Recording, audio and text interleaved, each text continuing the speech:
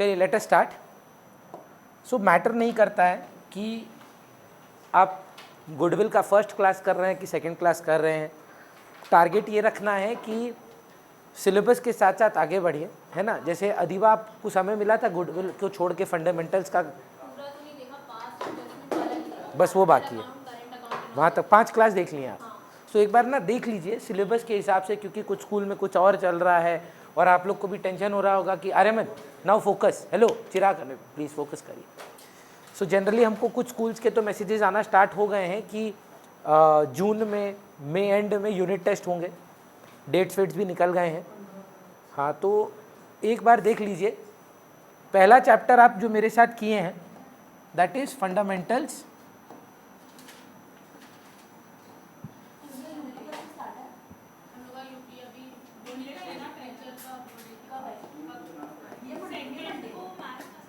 अच्छा प्लीज़ बात बंद करिए ना। फंडामेंटल्स में अगर आप समझ पाए 3 पार्ट थे, आप ना कहीं मार्क कर लीजिए, जैसे भाविका बोली, अधिवा बोली कि एक पार्ट हो गया, एक पार्ट नहीं हुआ, या हो गया इतना अच्छे से नहीं हुआ। एक था preparation of PL appro with capital accounts, जहाँ कैपिटल अकाउंट 2 पार्ट में थे, फिक्स्ड और फ्लक्चुएटिंग। सेकेंड पार्ट जो है हमारा दैट इज पास्ट एडजस्टमेंट,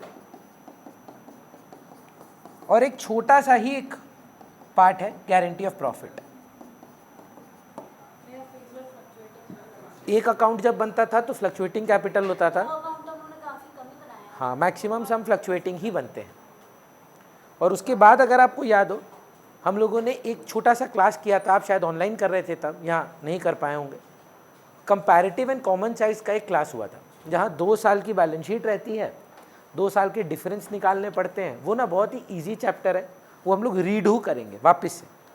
और हुआ क्या कि लास्ट वीक मेरा एक पासपोर्ट का एक अपॉइंटमेंट था, तो हमारा एक क्लास वैल्यूएशन का गुडविल का मिस हो गया। जो वेंसडे को क्लास थी हमारी यही वाली, वो शायद नहीं हुई थी, है ना। तो टोटल में इस चैप्टर में 5 मेथड्स हैं। तो अगर आप कल अटेंड किए हैं वेरी गुड, नहीं किए हैं तो कोई बात नहीं, इसका डे 1 वापस होता है आज नहीं तो सैटरडे। तो ऑप्शन अभी भी है कि आप वो फर्स्ट क्लास फिर से कर पाए। पर भैया क्या, जैसे मैक्सिमम स्टूडेंट्स का यही कंसर्न रहता है, क्या हमको आज का क्लास बिना डे 1 किए समझ में आएगा? बिल्कुल समझ में आएगा। पूरे सिलेबस का अगर मेरे से कोई पूछे सबसे सबसे आसान चैप्टर अगर कोई है तो वैल्यूएशन ऑफ गुडविल है। तो जब आप वैल्यूएशन ऑफ गुडविल करते हैं, बेसिकली एक भी जर्नल एंट्री इस चैप्टर में नहीं होती है, क्योंकि चैप्टर का नाम देखिए अकाउंटिंग नहीं है, वैल्यूएशन है। तो आप बेसिकली अपना गुडविल निकालने का कोशिश कर रहे हैं।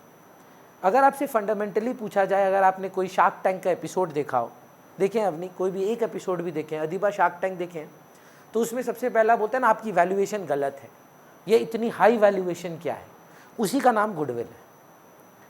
सो हाँ ना में जवाब दीजिएगा कि आपका बिजनेस का गुडविल आप कुछ भी रख सकते हैं, ऐसा जरूरी नहीं है कि उसको जस्टिफाई करना होगा आपको। सपोज भाविका हमको बोलती है भैया आपका बिजनेस कितने का है, हम उसको बोलते हैं 100 करोड़ का है। तो भैया पर आपका तो बिजनेस 100 करोड़ का नहीं है। अगर हम आपका सारा एसेट्स गिने, सारा लायबिलिटी उसमें से माइनस कर दें एक बार, तो आपका कितना होगा कैपिटल, मतलब कितना आप A माइनस एल, बचपन में C plus L is equal to A minus L is equal to capital, कितना कैपिटल होगा? 10, 20, 30 लाख रुपया होगा। अब 100 करोड़ कैसे बोल रहे हैं? बोल रहा है मेरा 99 करोड़ का गुडविल है। मेरा मर्जी है ना, मेरी नज़र में I will value my firm according to me. So for that very reason we don't record this goodwill.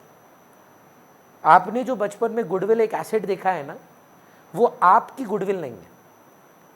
Suppose Niharika agrees to this valuation, Niharika बोलती है हाँ भैया आपकी वर्थ है 100 crore, and she buys my business. Technically how much of business she is buying? 30 lakh of rupees, but 99 crore 70 lakhs is an extra amount she is paying for my goodwill.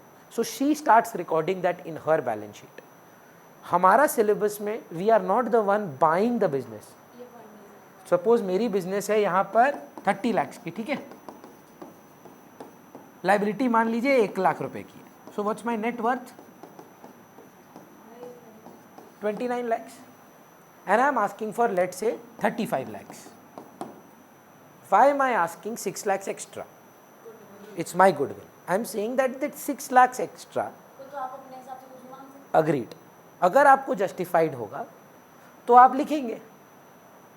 अगर आपको लगे नहीं भैया आपका तो फालतू, आप है नहीं 35 लाख के, आप मेरा बिजनेस मत खरीदिए। शार्क टैंक में हम आए, हमने बोला हमारी वैल्यूएशन 100 करोड़, उन्होंने बोला सॉरी सर मैं आपकी वैल्यूएशन मैच नहीं कर सकता।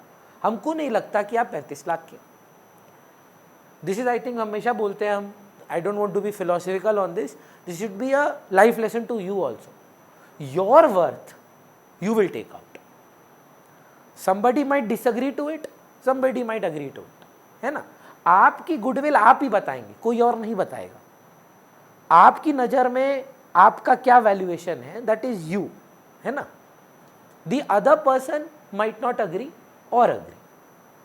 आई am just saying that if the person is agreeing then he starts to record that goodwill in his books because he will be acquiring your business.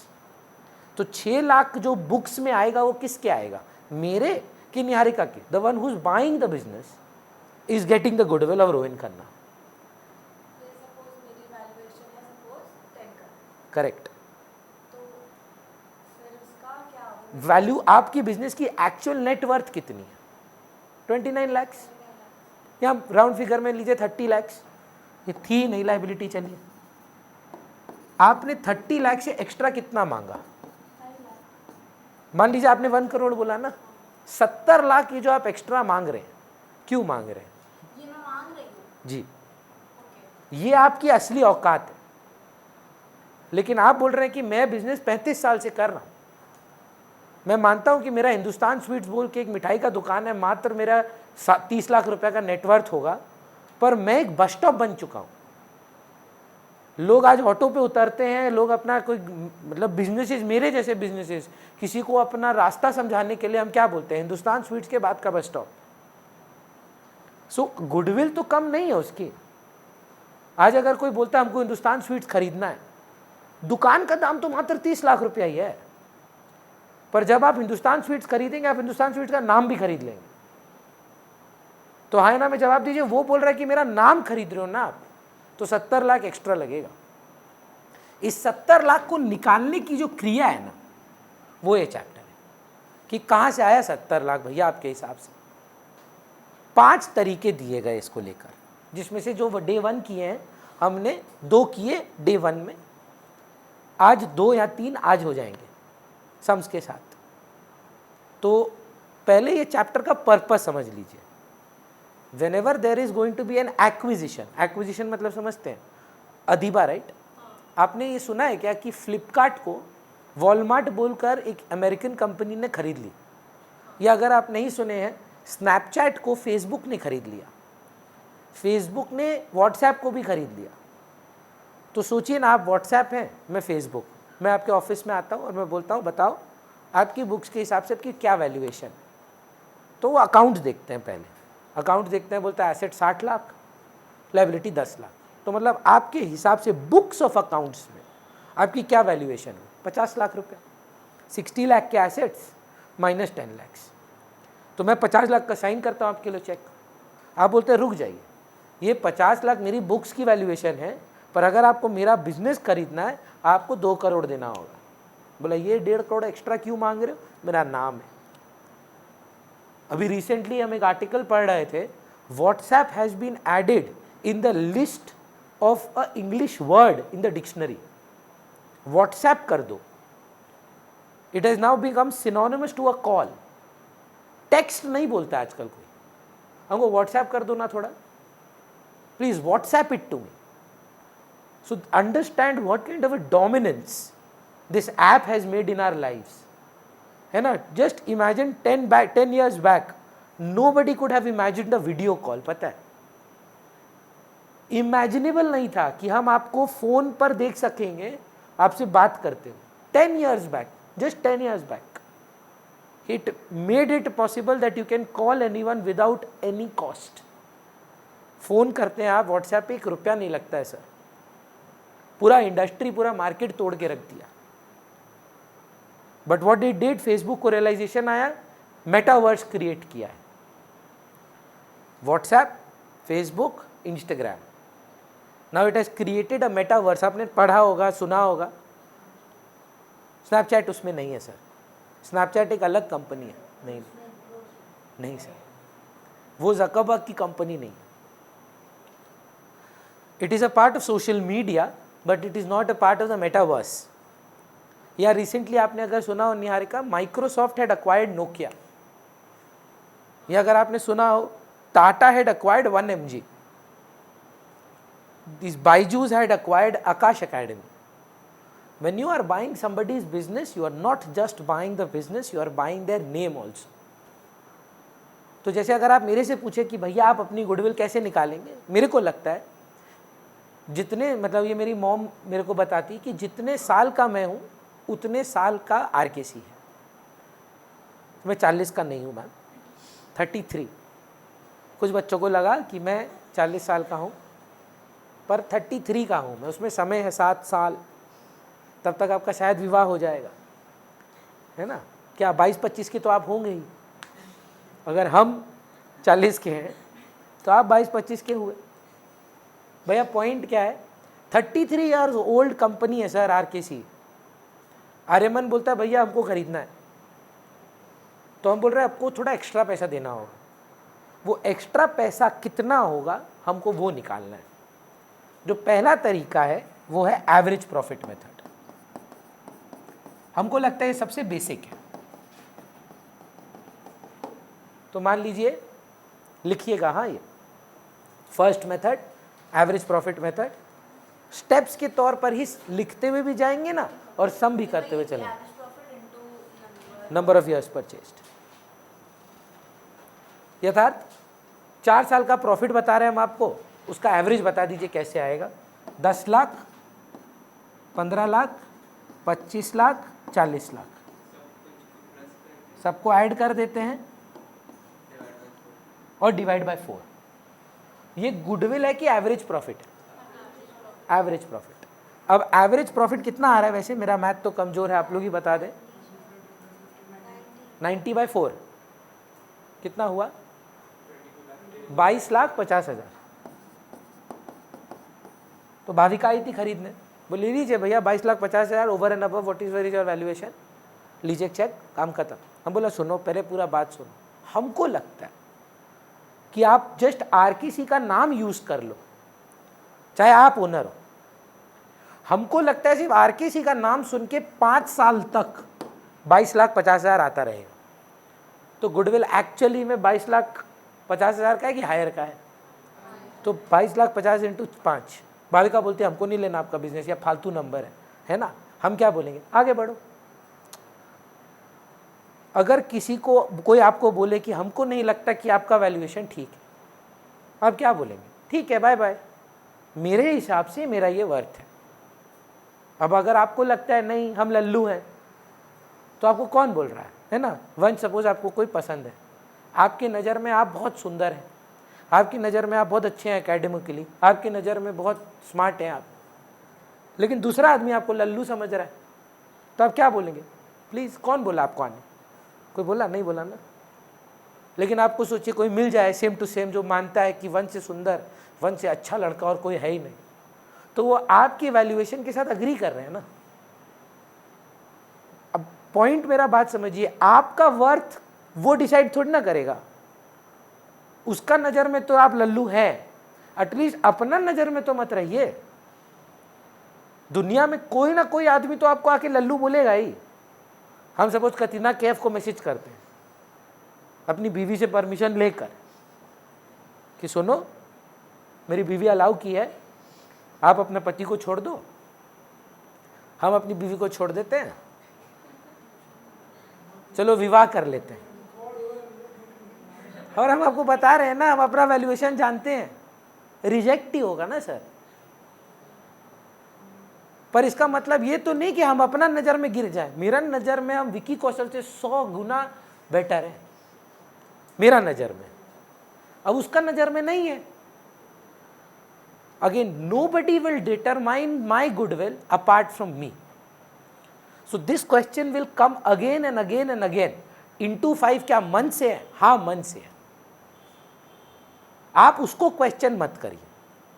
सवाल में अगर उन्होंने बोला है 4 years purchase of the average profit, 4 years purchase मतलब आपका goodwill आपके 4 साल के प्रॉफिट को खरीद सकता है।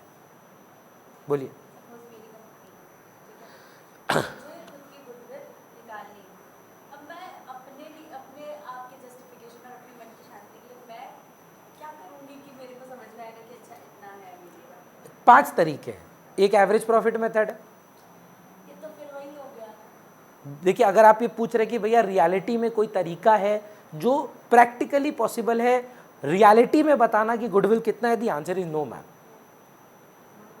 ये आपकी सोच है, आपकी नज़र में आप क्या वैल्यूएशन करते हैं वो आपके ऊपर है।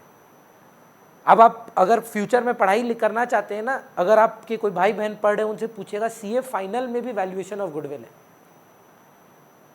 आप क्या कर रहे हैं? सिर्फ प्रॉफिट के बेसिस से गुडविल निकाल रहे हैं। बहुत लोग हैं सेल्स के बेसिस से निकालेंगे, बहुत लोग हैं एक्सपेंसेस के बेसिस पे निकालेंगे, बहुत लोग टैक्स के पेमेंट के हिसाब से निकालेंगे, बहुत लोग डेटर लायबिलिटी के हिसाब से निकालेंगे। इसका कोई एकमात्र तरीका नहीं है या एकमात्र फूल प्रूफ तरीका नहीं है। हाँ, यही सच्चा वैल्यू है, बाकी सब झूठ है। आपने सुना होगा नमिता थापर बोलती है कि गुडविल का वैल्यूएशन जनरली सेल्स का 3-4 गुना होता है। तो आप सालाना अगर 50 लाख सेल करते हैं उनको इंटू 4 कर दीजिए, 2 करोड़। सोचिए सबके लिए ट्रू है। So it's just a generic thing. Now अगर आप सामने वाला को दिख रहा है हाँ ये बिजनेस 2 करोड़ का लग रहा है हमको, क्यों नहीं खरीदेंगे? आप खरीद लीजिए। So that is why it is called valuation, not accounting. एक बार भी हम यहाँ अकाउंटिंग नहीं करेंगे। क्लियर है?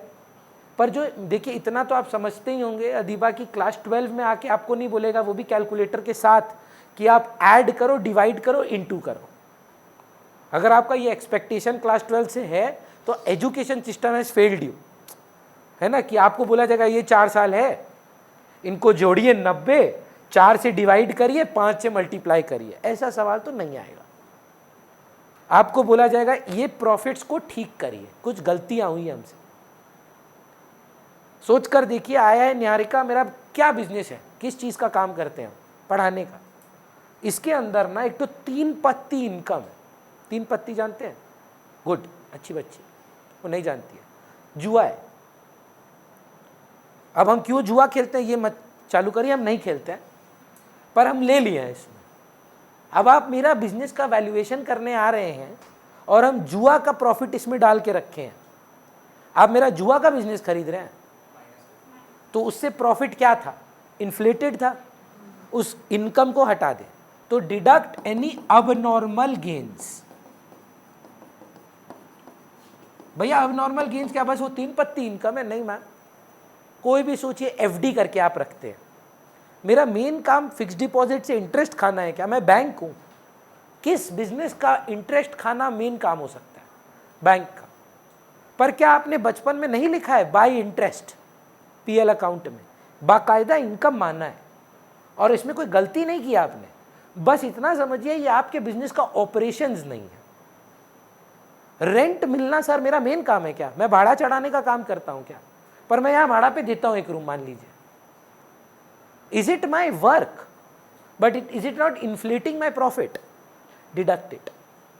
आपको याद है आर्यमन, एक profit on sale of asset होता था, पोसा बोलते थे हम लोग मजाक मजाक। वो पीएल के क्रेडिट साइड में आता था, profit on sale of asset. Loss on sale of asset debit में लिखा करते थे। आपको क्या लगता है वो मेरा मेन काम है एसेट बेचकर प्रॉफिट कमाना? पर क्या हमने इनकम माना है कि नहीं माना है? बोल रहा है हटा दो उसको, फिर प्रॉफिट निकालो। अभी हम आपको सम कराएंगे, आपको 4 साल का प्रॉफिट देगा और उसके बाद 10 तो कहानी कि इस साल। बोलिए मैम, कोई भी काम करिए, profit on sale of asset कैसे आपका मेन काम हो सकता है? अनलेस आप आज बहुत अच्छा सवाल पूछ रहे हैं, अनलेस बोला जाए कि आप बैंक हैं, आप कैसे अज्यूम कर सकते हैं ये बैंक होगा? तो अगर नहीं बोल रहा है तो क्या बैंक मानेंगे कि नहीं मानेंगे? नहीं मानेंगे। एक बिजनेस बताइए ना दीपा जिसमें डिविडेंड इनकम मेन काम होगा। म्यूचुअल फंड्स के बारे में नाम सुना है आपने? क्या होता है ना, कुछ कंपनीज आपसे पैसा लेती हैं 5,000 रुपया, 6,000 रुपया, 2,000 रुपया, 1,000 रुपया, और फिर वो लोग क्या करते हैं, वो पैसा पूल इन करके स्टॉक मार्केट में लगाते हैं और फिर उनको इनकम होता है, प्रॉफिट होता है, तो वो आपको एक पोर्शन देते हैं, तो उसी को म्यूचुअल फंड बोला जाता है। एसेट मैनेजमेंट कंपनीज होती हैं, तो उनके लिए मेन काम हुआ डिविडेंड। अवनी का सवाल ये है, हमको कैसे मालूम जो हम सवाल भराने हैं वो एक एसेट मैनेजमेंट कंपनी नहीं, अनलेस वो बोले हम नहीं हैं। आप मान लीजिए हम नहीं हैं। ज़्यादातर बिजनेसेस क्या एसेट मैनेजमेंट बैंकिंग कंपनीज होती हैं कि नॉर्मल काम करने वाली होती, तो नॉर्मल काम है। सिमिलरली क्या हुआ था, ये मेरा ट्रू है, 2018 में शायद अम्फन आया था, 18 या 19 में शायद, उसी साल के बाद से ना हमारे यहाँ रेनोवेशन हुआ था। तो हमको जितना याद है, भाविका आप बहुत साल से मम्मी से पढ़ रहे हैं, कितने साल से? क्लास 7 से। 7 में आई थिंक आप ऊपर आए थे क्या? ये जगह ऐसा नहीं दिखता था, ये फ्लोरिंग अलग था, रंग वंग अलग था, मतलब चेयर्स अलग थी, और हमारा ना अम्फन में बहुत नुकसान हुआ था। तो आपके घर में भी शायद हुआ होगा, पर हमारा क्या था ना, ये छत थी इधर, दरवाज़ा थोड़ा सा लकड़ी का नहीं था, स्टील का हुआ करता था, उखड़ के चला गया। और उसके बाद मतलब इट वॉज एब्सोल्यूट मेहम। आप बिलीव नहीं करेंगे, लगभग 40-50 हज़ार रुपये का तो सिर्फ सामान टूटा है, मतलब सारा कांच टूट गया। आप लोग के घर में भी कुछ ना कुछ शायद डैमेज वैमेज शायद हुआ हो, पर ये क्या था ना, मतलब it was the I think one of the saddest days of my life कि ऊपर आए हम, कुछ नहीं कर पाए। मतलब लिटरली आप बिलीव नहीं करेंगे, चेयर उड़ रहा है। If you remember that day, it was the worst day of my life and I couldn't do anything. कहाँ से रोकेंगे, सारा खिड़की तो रोक नहीं सकते ना, टूट टाट गया। तो हम एस्टिमेट लगाए थे अराउंड 40-45,000 रुपीज़ का सिर्फ लॉस हुआ था। नया खरीदना को आप लॉस नहीं बोल सकते, वो नया एसेट परचेज्ड है। पर मेरे को लगता है 40-45 हज़ार रुपये का सामान टूटा था हमारा, पूरा लाइब्रेरी ख़त्म हो गया, जितनी बुक्स थी सारी खराब हो गई, गल गई, सारा पानी में बह गया। तो 30-35-40 हज़ार रुपये का लॉस हुआ था। हमने पीएल में लिखा था, और आपने भी लिखा है loss by fire, loss by theft, है ना, आप goods destroyed by fire, insurance claim received इतने का, तो डिफरेंस लॉस बाय फायर। अब हमको बताइए किस बिजनेस का मेन काम लॉस बाय फायर है? किसी का नहीं हो सकता, अनलेस आप अलकायदा है, एक टेररिस्ट ऑर्गेनाइजेशन है, या आईसिस है। अनलेस आप कुछ टेररिज्म रिलेटेड करते हैं, तो हमको लगता है तभी आप बोल सकते हैं लॉस बाय फायर हमारा मेन काम है। क्या हुआ, उड़ा दिए तो जल गया, है ना। तो अनलेस आप वो काम करते हैं, लॉस बाय फायर किसी का भी मेन काम नहीं हो सकता। तो हाँ ना में जवाब दीजिए सर, इसने आपके प्रॉफिट को गिराया तो पक्का है, पर गिराना नहीं चाहिए था आपको, क्योंकि ये डे टू डे एक्टिविटी नहीं है। ठीक है, लॉस हुआ, पर loss by Amphan can not be a day to day activity of any business. So add it back, clear your profits, then take out the average. मेरे को लगता है I might be able to make you understand, the issue will not be with adding, the issue will be with adjustments, कि क्या आपको ठीक करना है। क्योंकि कुछ ना गलतियां बोल देंगे ये लोग। आप मैम क्लास 11 में कैसा था आपका अकाउंट? ठीक ठाक, अच्छा, बुरा? ठीक था। हमको बताइए ना, एक मशीन खरीदने में और नॉर्मल रिपेयर करने में फ़र्क क्या है? अकाउंटिंग ट्रीटमेंट क्या फ़र्क है? एक एसेट है और एक खर्चा है। एक बैलेंस शीट में जाता था और एक पीएल में, एक प्रॉफिट को गिराता था और एक प्रॉफिट को नहीं गिराता था। ये लोग ऐसी बातें बोलेंगे कि मशीन खरीदे थे पर गलती से खर्चा मान लिया। तो बताइए ना, आपने क्या किया? प्रॉफिट को सही किया, नहीं किया, कुछ किया, गलत किया, क्या किया? एसेट था आपका, गाड़ी ली थी आपने, गलती से उस इंसान ने कार को नहीं डेबिट करके ट्रांसपोर्टेशन को डेबिट कर दिया और पीएल में डाल दिया। तो उसने आपके प्रॉफिट को क्या किया? सही किया, गलत किया, ज़्यादा दिखा दिया, कम दिखा दिया? हाँ, अमाउंट सही डाला है, गिरा दिया ना उसने आपके प्रॉफिट को। गिरना चाहिए था क्या? गाड़ी लेने अगर आप जा रहे हैं, उससे आपका प्रॉफिट इंपैक्ट होता है क्या? नहीं होता, उसने कर दिया। तो आपको नहीं लगता मैम इसको हमको ठीक कर देना चाहिए? तो क्या हुआ था? प्रॉफिट गिर गया था, ठीक कैसे करें? ऐड बैक कर दीजिए। अब इसमें एक और गेम खेलेगा, ये मशीन पर डिप्रिसिएशन चार्ज करना था, आप किए थे, आप तो खर्चा मान लिए थे। तो जब आप डिप्रिसिएशन चार्ज करेंगे तो फिर वो प्रॉफिट को क्या करेगा, तो लेस कर दीजिएगा। लड़ाई बहुत होगा इसमें, हम बस आपको ये इतना बता रहे हैं, 2 प्रकार का पॉइंट है बस, 3 अच्छा 4। अगर कोई खर्चा जो डिडक्ट नहीं होना चाहिए था वो हो गया है, ऐड बैक कर दीजिए। अगर कोई खर्चा जो डिडक्ट होना चाहिए था और वो नहीं हुआ है तो डिडक्ट कर दीजिए। अगर कोई इनकम जो आपको लिखनी नहीं चाहिए थी आपने लिख दी है, वो माइनस कर दीजिए। अगर कोई इनकम जो आपको लिखनी चाहिए थी पर आप लिखना भूल गए, आप ऐड कर दीजिए। इनको छोड़कर, 4 चीज़ को छोड़कर कुछ नहीं है। बस प्रॉफिट को ठीक कर दीजिएगा, उसके बाद एवरेज निकाल दीजिएगा। फर्स्ट और सेकंड मेथड सेम है ना। फॉर एग्जांपल निहारिका सच बताइए ना, ये मैं इसे हमेशा यही एग्जांपल देता हूँ, और अगर नहीं किए तो कोई प्रॉब्लम नहीं, अच्छा ही बात है। मेरा टोटल इनकम महीने का निकाले तो एक बार तो आप जीवन में होंगे। आर्यमन का मुंह देख के लग रहा है निकाला है, अक्षत निकालता है, कैसे निकाला होगा बता पाएंगे?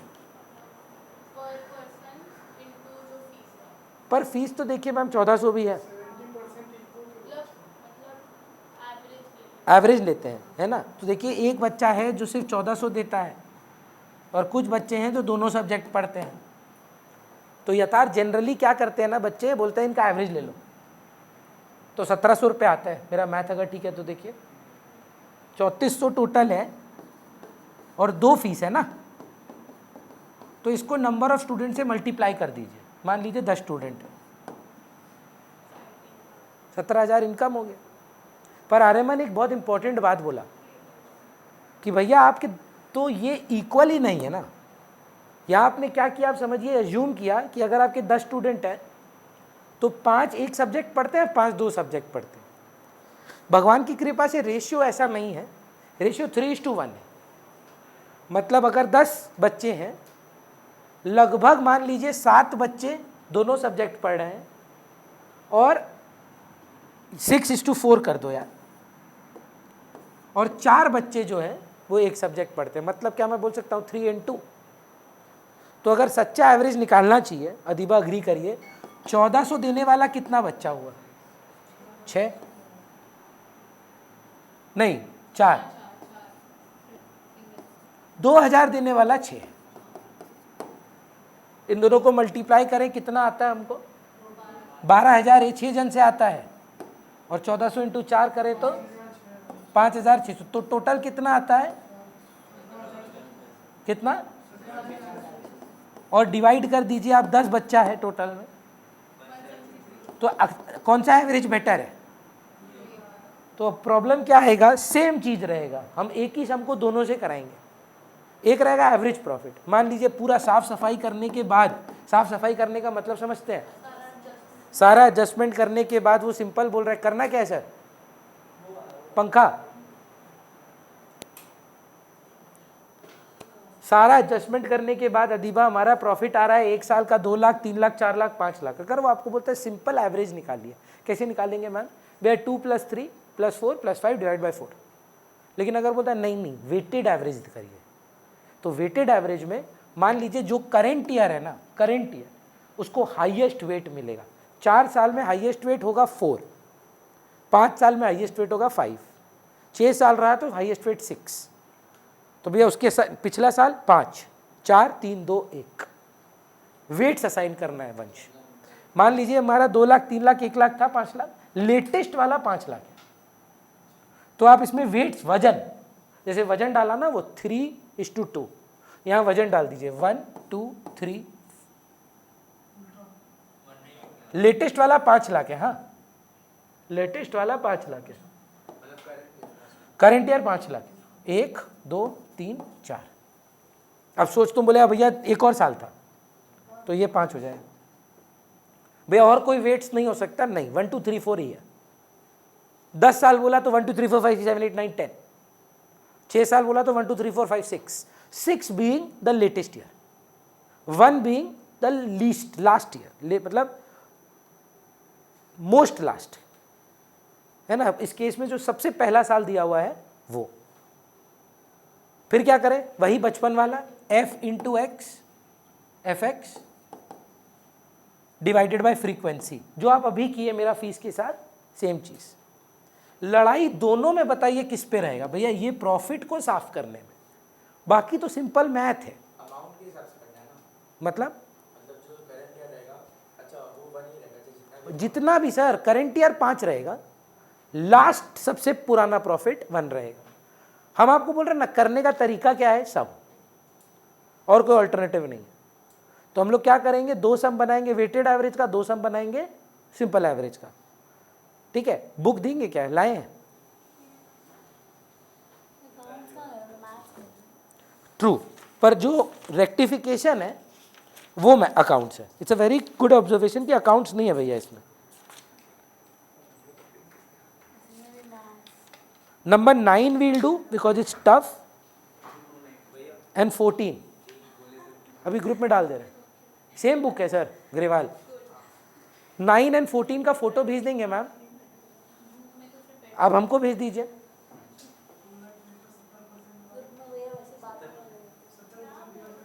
ग्रुप में क्या है ना, हम करते देते थे, झूठ बोल रही हैं हम, मान लीजिए हाँ, लोग रोज सुबह गुड मॉर्निंग विश करता है।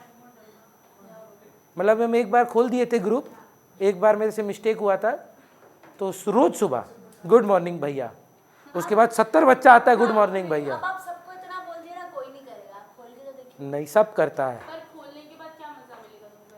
बस इसी हैप्पी फीलिंग होती है, वो फीलिंग आता है कि हाँ, फ्रीडम वाली फीलिंग होती है। भेज दिए मैम, दोनों भेजे हैं। अदीबा आप कौन से स्कूल में है? सेंट पॉल्स में। अभी भी सेंट थॉमस का बच्चा लोग बदमाशी करता है उधर? हम न्यू है अभी उस स्कूल में। अच्छा, उससे पहले कहाँ थे आप? हम पास स्ट्रीट प्रैट उस तरफ से। Pratt memorial? प्रैट मेमोरियल तो बेटर स्कूल था, मैं आप छोड़ क्यों दिए? एक्चुअली शिफ्ट हो गए थे इधर। अच्छा, कहाँ शिफ्ट किए आप? यही कलकत्ता हॉस्पिटल के पास। अच्छा, चलिए 9 नंबर करते हैं। अदीबा आप बताइएगा। हाँ, 9 नंबर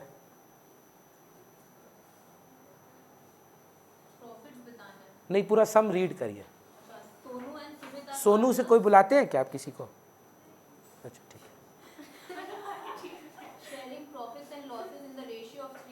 काम का नहीं है। हाँ, 3:2, 5:7, अपने को क्या लेना देना, अपने को गुडविल निकालना है। अपने को ना सोनू से मतलब है और ना जानू से, अपने को पढ़ाई करना है। हाँ, इररेलेवेंट, अगेन कोई काम का नहीं है। 3 ईयर परचेज का मतलब क्या हुआ अवनी? मतलब 3 साल तक गुडविल हम लोग को प्रॉफिट देगा। उल्टा बोलती है, मतलब जो हमारा प्रॉफिट है वो 3 साल तक आता रहेगा, है ना? बोले आप सही बात, पर प्रेजेंटेशन में गलती आ गई। तो मतलब मान लीजिए मैम एवरेज प्रॉफिट 4 लाख आता है, तो गुडविल क्या हो जाएगा, 4 लाख इंटू 3। भैया अगर यहाँ लिखा रहता है 4 ईयर्स परचेज, तो अगर गुडविल 4 लाख होता तो इंटू 4 कर दे। एवरेज प्रॉफिट अगर 4 लाख निकालते आप तो इंटू 4 कर देते। एवरेज मतलब परचेज का मतलब ये है कि आपका प्रॉफिट आपकी गुडविल को कितने साल तक देता रहेगा ये, तो 3 साल तक आपको एवरेज प्रॉफिट आते रहेंगे। तो जो भी आप एवरेज प्रॉफिट निकालेंगे साफ सफाई करने के बाद, उसको इंटू 3 कर दीजिएगा। ठीक है, आएगा तो हम लोग बात करते हैं मैम। फिर क्या हुआ?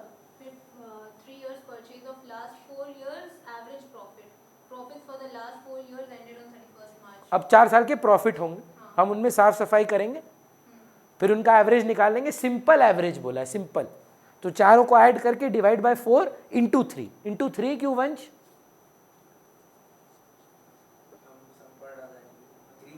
3 ईयर दिया हुआ है भैया, इसीलिए एवरेज 4 साल का है भावे का।